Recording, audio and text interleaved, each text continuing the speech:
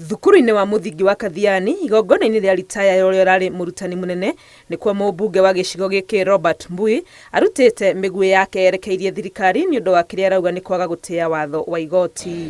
Even after the court kuamua isimamishwe, EPRA wale wamesimamia mafuta wametangaza 16% VAT. Hiyo ni kumaanisha tuko na serikali ya majambazi.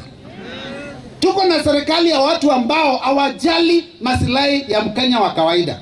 Athiĩte na mbere kuga atĩ ikinya rĩa ambunge kũhĩtũkia watho wa kĩgĩna wa mwaka wa 2023 nĩ ũndũ wonanĩtie kwaga gĩtĩo na mũingĩ ũrĩa wamathurire nĩ gũkorwo hĩndĩ ya kũheana mawoni a Kenya nĩ mareganĩte na watho ũyũ.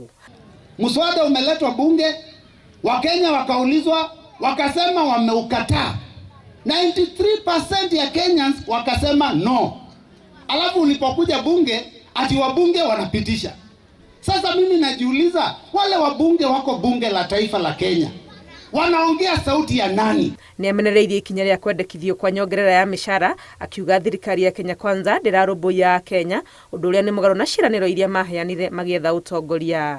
Nyinyi mnatupitishia ushuru alafu mnajitetea. Wakenya sio wajinga, mlituambia ati sisi ni mahasla. Erĩte thirikari ĩririkane kandarathi ĩrĩa maheirwo nĩ ya Kenya no ĩratirũka na mĩaka 5 yathira nĩ magacemania na Kenya gũcokia ciũria cia ũrĩa mamekĩire.